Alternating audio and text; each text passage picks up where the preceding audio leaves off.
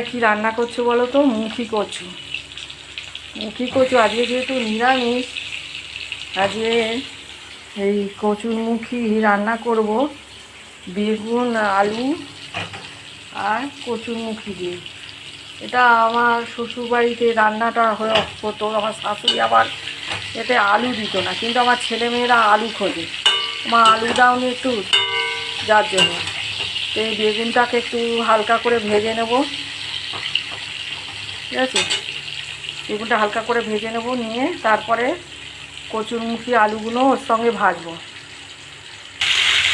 এই যে কচুরমুখীগুলো আবার সঙ্গে ভাজতে দিয়েছি, বেগুনটা ভাজা হয়ে গেছে, ভাজা ভাজা।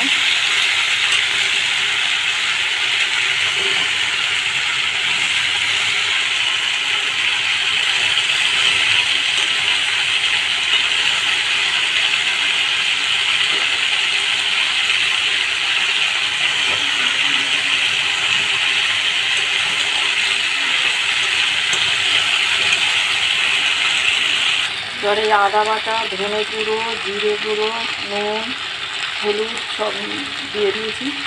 নামানো খানিকটা আগে একটু মিষ্টি আর একটু গরম মশলা দিয়ে নামিয়ে নেবো। কেউ ঘি খেতে চাইলে দেখি, ঘিটা ঠিক মানায় না, ওই জন্য আমরা ঘি দিই না।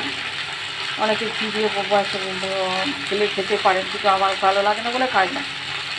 গরম মশলা দিয়ে নামিয়ে নিলেই হবে। এটাও একটুখানি মশলাটা কষে নিয়ে জল ঢেলে দেবো।